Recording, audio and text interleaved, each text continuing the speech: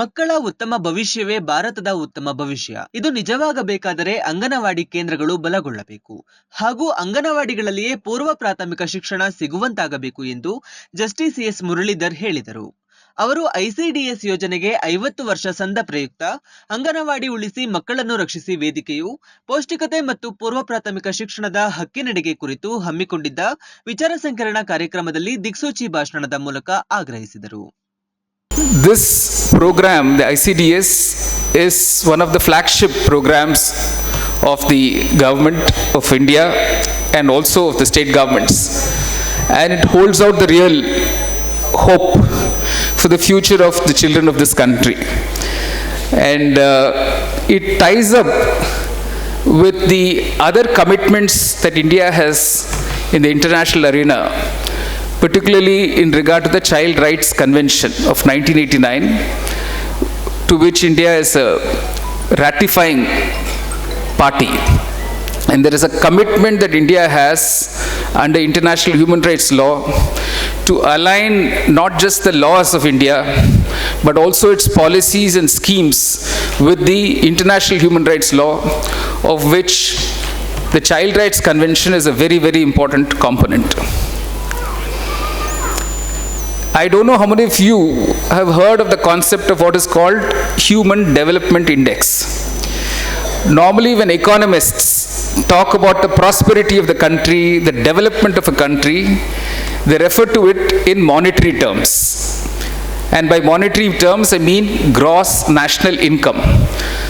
So, on a very simplistic basis, they divide the total value of goods and services by the population of the country and work out what is called a per capita income, which hides the truth about income inequality and vast areas where people are completely left out of the protective net of social welfare schemes. And that is the truth in the country today. We have a very small percentage of people control a very large wealth of the nation, and a large percentage of the population which is either in the zone of vulnerability or below the poverty line. So this Human Development Index, which was as a response to Professor Amartya Sen's capabilities approach, I think all of this is technical, I hope Varalakshmi can translate it. Basically what it asks is this: is this income being generated improving the lives of people? What is the quality of life? So it tries to match income with actual functioning and capabilities of persons. Are they able to improve their lives? So there are 3 parameters on which the Human Development Index rests, and it evaluates a country on the basis of 3 parameters. One is life expectancy at birth. Today a child is born. How long will this child live? Earlier in the independence time and the first 10 years of this country, life expectancy was very low. It was 60 and below. And now that has improved. It is 67.7 years in 2022. So that is an improvement. And then there is an overall increase in the expected years of schooling. If this child is born today, how many years of schooling will this child get? All of you are aware that girl children get very low priority in our families. If there is a boy and there is a girl, that anxiety that the boy should be sent to school and the girl should get married off at an marriageable age. So the opportunities for girls to complete their education is being denied in this country, in society, even today. So when we talk of expected years of schooling, the question to be asked is, how many of today's children will complete the basic level of schooling? And from a basic level, we should not be taking it to be 8th standard or 10th standard, but 12th standard. How many children will complete 12th standard without dropping out? So that is another yardstick by which this Human Development Index is measured. And there are other indices, including the health, nutrition of not just women but also children at birth. So all these factors make up to determine what the human development index of a country is. Now, as far as India is concerned, it is considered to be a medium human development country, which means out of 195 countries in the world, India's rank is 134. So you can make out from that where we stand in the international arena. If you take South Asia, and by South Asia I mean the countries around the Indian peninsula, which is Sri Lanka, Myanmar, Pakistan, Afghanistan, Bangladesh, Nepal, and even Bhutan. If you look at all the South Asian countries, Sri Lanka is performing far better than India on Human Development Index. And Sri Lanka is ranked at 78, whereas we are ranked at 134. All this goes to show that we have much more to do in bettering the lives of our own people, and particularly bettering the lives of our own children.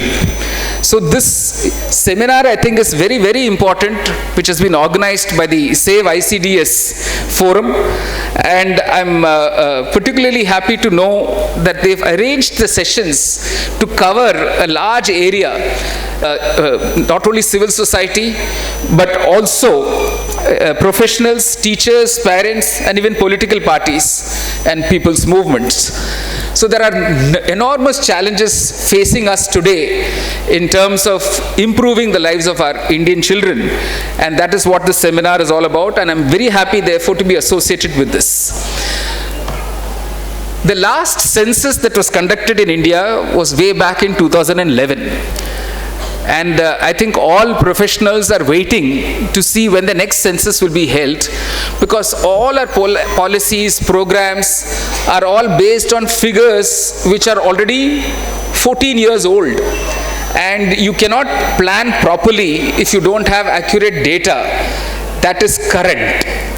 But since no census has taken place since 2011, we still have to work on the figures of 2011, according to which India has about 16 crore children in the age group of 0 to 6 years. That figure should be much higher today, I guess, with the percentage of population growth. And this approximately works out to 16% then of the Indian population. Now we have to again recalibrate it for the current figures. In the period 2008 to 2013, 43%, which is a very large percentage, 43% of India's children under 5 were underweight, and 48% had stunted growth. What they have therefore found is, if children are born of stunted growth, when these children become mothers, their children are likely to suffer the same degrees of malnutrition or stunting or wasting, as they call it. Now that's the importance of this integrated child development service that scheme that has been formulated, because this ICDS renders 6 specific services. One, it gives supplementary nutrition to children and in the age group of 0 to 6, as well as pregnant and lactating mothers. It gives preschool non-formal education. It is meant to supply nutrition and health education, immunization, health checkups, and referral services. Basically, this is reaching out health services and caregiving at the grassroots. The scheme was started in 1975. I think this is the commencement of the 50th year of the ICDS. And from what Varalakshmi has told all of you, the maternal mortality was 852 for 1 lakh, and the child mortality was 134 per thousand way back in 1975, which means out of 1,000 children that were born, 134 were dying at childbirth itself. According to what she has found out, in 2016, that maternal mortality rate, that is mothers dying at childbirth, has come down to 113 for 1 lakh, and the child mortality rate has come down to 41. And Karnataka, the maternal mortality rate has come down to 70, and the child mortality rate has come down to 14. According to the statistics that are available now, ICDS is stated to have contributed to saving human resources by saving and raising a child with scientific methods. In the 50 years, tremendous progress has in fact been made in rendering of ICDS services, but we should not be complacent because there is much more to be done, and that is what I am going to be speaking about. But before we go into the details and specifics of where ICDS has succeeded and where it is yet to realize its full potential, we need to look at the legal framework. I spoke to you about the Child Rights Convention of 1989. That Child Rights Convention recognizes the importance of family and casts a responsibility on all duty bearers, beginning with the family up to the state, to provide for the protection and harmonious development of the child and to uphold standards for all children. So the responsibility is a collective responsibility. Children of working parents have the right to benefit from childcare services and facilities for which they are eligible. This Child Rights Convention also emphasizes that what must be developed is a rights-based, multi-dimensional and multi-sectoral strategy that promotes a systematic and integrated approach to law and policy development and provide comprehensive and continuous programs in early childhood development. So there are two major components of the ICDS scheme. One is the health component, the other is the education component. So both these have to be taken care of. And in India, we have a third component, which is the social component. Unless we have a harmonious society which is able to live in peace, we cannot expect our children to grow to their full potential. So that is a third component as far as India is concerned, and it ties up with what we have set out in our constitution. In our constitution, we have promised a life of dignity, a life of justice, a life of liberty, a life of equality. Fraternity is a constitutional value which we want to promote and which we want to see in operation among all our people.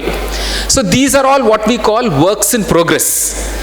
We know we have not achieved substantive equality. We may have achieved formal equality in society, but we are far from realizing substantive equality.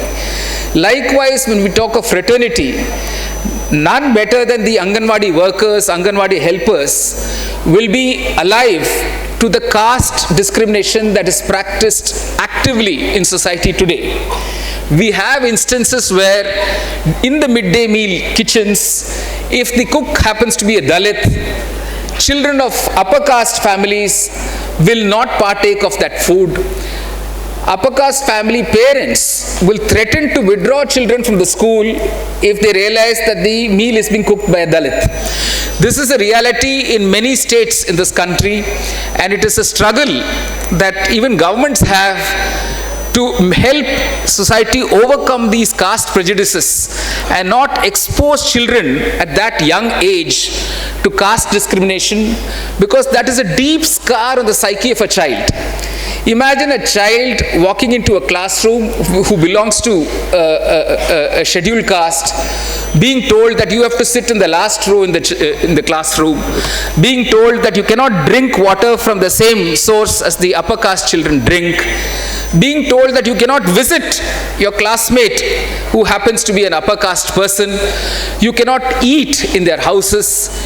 These are experiences of very young children which scar them for the rest of their lives. So we have a great responsibility, even through ICDS, to ensure that children are not exposed to caste discrimination at this young age of 0 to 6 years. It's a collective responsibility. Those among us who belong to the upper caste should make sure that we practice the constitutional value of fraternity in the ICDS scheme. I would urge all of you to do some soul searching, to do some hard questioning of yourselves, to ask, are we promoting discrimination or are we working towards eliminating discrimination? I very long ago watched a documentary called India Untouched. The opening scene of that documentary is a group of very young children who are playing, probably at an Anganwadi center. and this happens in Gujarat, but the scene could be anywhere in the country. When those children are asked, one is asked, will you go and visit the house of this other boy? This young boy, who's not even 5 years old or maybe even younger, says, no, I cannot visit his house. So the interviewer asks, why can't you visit his house? Then the boy immediately identifies his own caste. He says, I'm a Chamar and he's a Brahmin, so he will not allow me into his house. But you can play in the playground. He says, yes, we can play in our playground. We play football, we play cricket, we do all that. But I cannot go to his house and drink water. Then the Brahmin boy is asked, will you go to this boy's house to drink water? He says, no, my parents have told me I should not do that. Then they ask that boy, why will you not do it? They say, I will get polluted.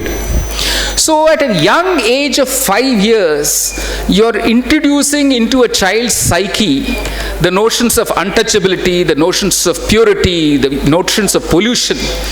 All of this is completely contrary to the vision of the constitution makers when they in the preamble said, we want a society where fraternity is a constitutional value in practice. We may write so many things in the Constitution. We may write so many things in the law. We may write so many things in the Child Rights Convention, in the National Food Security Act that Varalakshmi spoke to all of you about. But what do we do in practice? See, we need a society in which people are able to coexist without having to every time remind themselves of their identity linked to a caste. If you look at the matrimonial columns, whether in Kannada newspapers or English newspapers, today is a Sunday, so today is when they have full-page matrimonial columns. You will find the number of divisions, not just Lingayat and Vokkalega, but within that you will find so many subdivisions. They don't want to marry any person outside that subdivision of a caste, subdivision of a community. You will be surprised, I don't know how many of you have noticed, within Muslims there will be Sunnis and Shias. Within Sunnis there will be Pathans, Sheikhs, Ansaris, Qurayshis. People can marry up, they cannot marry down. Within Sikhs there are Ramgadiyas, there are Jats, there are Khatris. So we carry our caste identity even into religion. Whether you are a Christian, you have Dalit Christian churches. There are parishes only for Dalit Christians. In those parishes, the upper caste Christians will not come, and vice versa. So we carry our caste identity into all these areas. We are refusing to shed our caste identity.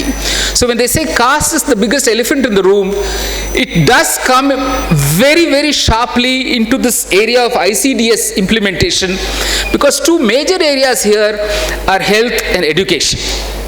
While you have midwives who may belong to the lower castes go and help in delivery of the babies, they still can't enter the kitchen. They can't share the food. This is the irony we are faced with. We need people to serve, to clean our toilets, to take our garbage, to even help deliver our babies. But we cannot socially mix with them. So this is something that we all have to work for and work against. We have to work for harmony, we have to work for fraternity, we have to work for upholding constitutional values. We have to work against discrimination. We have to work against untouchability. So I would urge all of you who are involved so deeply in ICDS, instill in the children, instill in those pregnant mothers these values in whichever language you want, whichever way you want, however you want to put it across, but that must be instilled in every one of them, because this is that formative stage, 0 to 6 years, where they're seeing and perceiving things. Annaprashanam is one stage at the end of 6 months when the baby stops the breastfeeding and starts taking actual food. It's a very important stage. Who does that Annaprashanam? Can it be a mixed caste festival, a mixed caste event in your own small surroundings? Can you talk to the sarpanchas? Can you talk to these heads of families and tell them, let's all come together for this kind of a festival? So this is something that you need to ask. Be creative. See how much you can involve children across castes and communities to participate together in events at this young age. We saw this young assemblage of children. And these children should grow together as children, as friends, for the rest of their lives without having to look at each other as Muslims, Christians, Dalits, Vokaligas, Lingayats. Those identities, if they can be, put in the background and the human element of children are encouraged, then the ICDS scheme would have not only achieved the main targets that we are talking about, but would have gone further to promote the constitutional goals and the constitutional values. So this ICDS scheme was audited by the Niti Aayog, which is the present name given for the Planning Commission, in 2020. So that study is available on the net. And I thought when I went to see that report that this will be a report which is not critical of the scheme and will generally try and support and only project the good parts of the scheme, but I was mistaken. So they point out 4 problems. They say the problem of undernutrition is a multifactorial phenomenon. It's not only affected by nutritional intake and dietary diversity, but by equally important behavioral, socio-economic and contextual factors.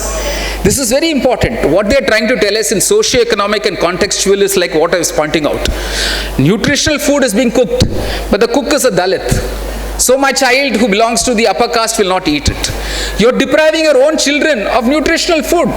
So mere availability of nutritional food does not solve the problem. That is what the Niti Aayog study says.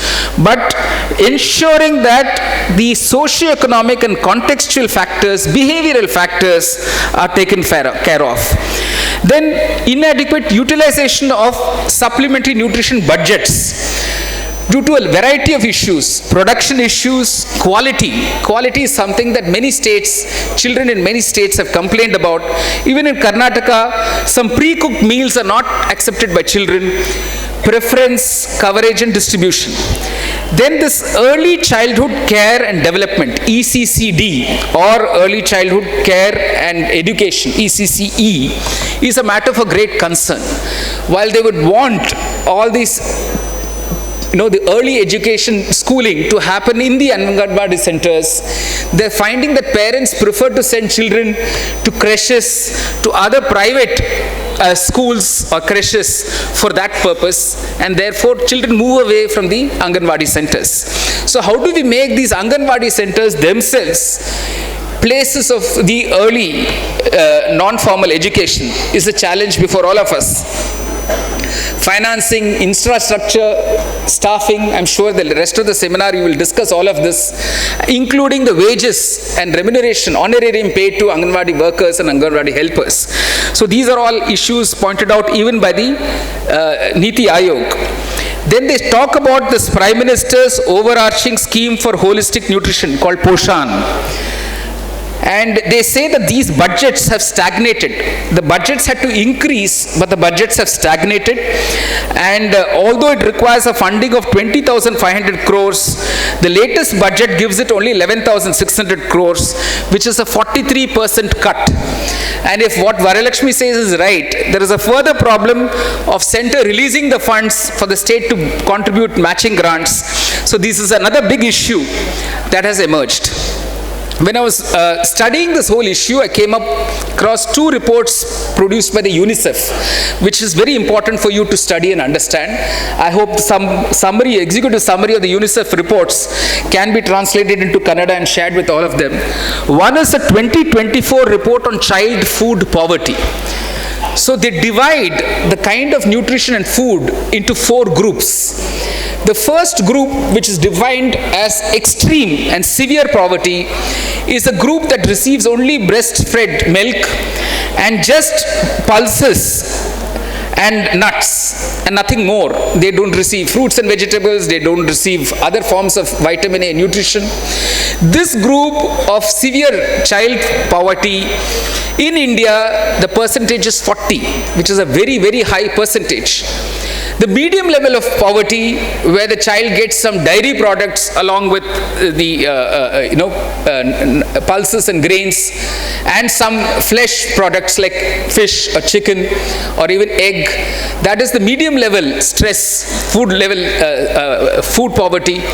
almost 36% of India's children fall into that category, which means at least 76% of children in India in the age group of 0 to 6 either are in severe poverty, food poverty, or medium level severe poverty. So this is something that should concern all of us. So when we actually measure food intake, we should ask ourselves, in India, how many of the children actually fall in these categories, and how many can then be relieved from one category to move into the next category. And that is a task before all the governments and the policies that they have. There is another report which came out in July 2023 called the Early Childhood Development Report of the UNICEF, and it says how attention should be paid to vulnerable children, including children with disabilities, with adolescent parents. And this is very important for us to recognize. Although we have fixed the minimum age of marriage for boys and girls as 21 and 18, in reality child marriages do happen in this country on a large scale across castes and communities. In fact, Anganwadi helpers have fought hard to stop child marriages. Rajasthan, we have the Bamri Devi's case where she was instrumental in trying to stop child marriages and paid for it very dearly. She was gang raped by the upper caste men. And there are many such instances of Anganwadi workers, Anganwadi helpers going forward to stop these kind of archaic and illegal methods of marrying children at very young age. But the fact is, we do have adolescent mothers, we have adolescent fathers as well. So in the ICDS scheme, we should be able to address these concerns as well, and that is what the UNICEF report on early child development speaks about. It focuses on 6 systems: food, health, water and sanitation, education, child protection and social protection. Child protection is very, very important. Young girl children are vulnerable to violence, to sexual abuse, as are young boys. So there can be communal clashes, there can be inter-caste clashes, and unless we all build towards harmonious coexistence and living, children will get exposed as they're getting exposed, let's say, in Gaza or in Ukraine, to large-scale violence, and we must work towards avoiding it. So what the UNICEF report asks us to do is focus on the first 1,000 days of a child's life. The first 1,000 days. Because this is the period of opportunity when the foundations of optimum growth and development are established. So we must also in the ICDS focus on these first 1,000 days. The scheme already focuses on that, and that is some task before all of us. Justice Chandru, you must have heard of him. He is a former judge of the Madras High Court. He recently brought about a report in Tamil Nadu where he visited schools to examine complaints against caste discrimination in schools. Children of different upper castes wore color bands to identify themselves as belonging to that upper caste. And they would go about ensuring that the lower caste boys don't talk to the upper caste girls, and make sure that the lower caste boys, if they're doing well in class, are taught a lesson. So his report, of course, created a great stir. And one of the recommendations he made, because he found that in many midday meal schemes, it's not getting fully implemented because of the societal factors, particularly if the person making the meals, the hot cooked meals, is a Dalit. So he recommended that, we should have centralized kitchens, and some of them who are working in the sector have protested against that, saying, if you have centralized kitchens, then the opportunity for children to get what Varalakshmi referred to as hot cooked meals is taken away. So this is something that again you have to ask yourselves, can we ensure that midday meal schemes are not hindered because of the societal factors, and this is something that we need to work on. The last thing I want to focus on is the recent judgment which Varalakshmi again spoke about in 2022. This came from Gujarat, and the question was, are Anganwadi workers and Anganwadi helpers entitled to gratuity under the Payment of Gratuity Act. The earlier view was that no, these are only getting honorarium, they are only working under a scheme, they are not public servants, they are not government employees. That thinking was in 2007, but now 15 years later in 2022, the Supreme Court has pointed out that the Anganwadi workers, Anganwadi helpers are the backbone of the ICDS scheme, which has now got statutory recognition in the National Food Security Act of 2013. So they've also referred to international conventions, including the Child Rights Convention. And what is remarkable, they have recorded as part of the judgment what valuable services Anganwadi workers are and helpers are performing. They say Anganwadi workers and Anganwadi helpers are no longer part of any temporary scheme of ICDS. It cannot be said that employment of AWWs and AWHs has temporary status. In view of the changes brought about by the 2013 Act and the rules framed by the government of Gujarat, that earlier law that treated them as not government servants and not employed by state is no longer good law.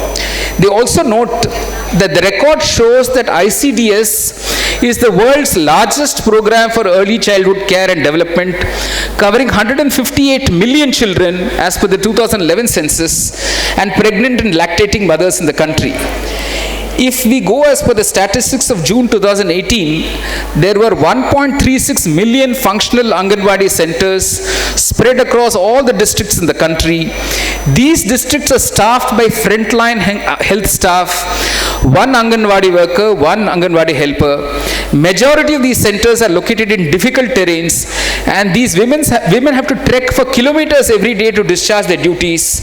In the pandemic, and I think Varalakshmi spoke about this, in the pandemic, these workers took the additional duty to home deliver ration to ICDS beneficiaries and also educate rural people about the do's and don'ts of the coronavirus and prepare a list of outsiders visiting the villages. So there were two judges who heard this case, which goes by the name of Maniben Maganbai Bharia from Gujarat. One is Justice Abhay Oka, who was earlier the Chief Justice of the Karnataka High Court and he is now in the Supreme Court. The other was Justice Abhay Rastogi.